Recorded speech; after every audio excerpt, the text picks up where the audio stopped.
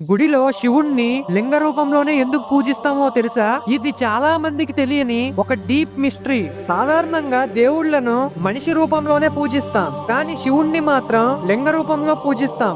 శివపురాణం ప్రకారం బ్రహ్మ విష్ణువుల మధ్యన ఎవరు గొప్ప అనే వాదన వస్తుంది. అప్పుడే శివుడు అంతులేని అగ్నిస్తంభంగా మారి జ్యోతిర్లింగమై వాళ్ళ ముందు ప్రత్యక్షమయ్యాడు. బ్రహ్మ పైకి వెళ్లి చివర చూడాలని ప్రయత్నించాడు. విష్ణువు కిందకెళ్లి దాని మూలం కొనుక్కోవాలని ప్రయత్నించాడు, కానీ ఇద్దరికి చివర దొరకలేదు. అప్పుడు శివుడు ప్రత్యక్షమై, నేను అంతం కాదు, ఆరంభం కాదు, నేను శాశ్వత శక్తిని. అందుకే అంటారు శివుడు ఆది అంతం లేనివాడని. లింగంపై ఉండే వృత్తాకార భాగం శక్తిని సూచిస్తుంది, మధ్యలో ఉండే భాగం శివుడి చైతన్యాన్ని సూచిస్తుంది. అలానే శివుణ్ణి మనం ఏ వైపు నుంచి అయినా పూజించవచ్చు. ఇదే కారణంగా అంటారు శివుడు దిశలో లేడు, దిశలన్నీ శివుడిలోనే ఉంటాయి. ఫ్రెండ్స్, ఓం నమ శివాయ అని కామెంట్ చేయండి.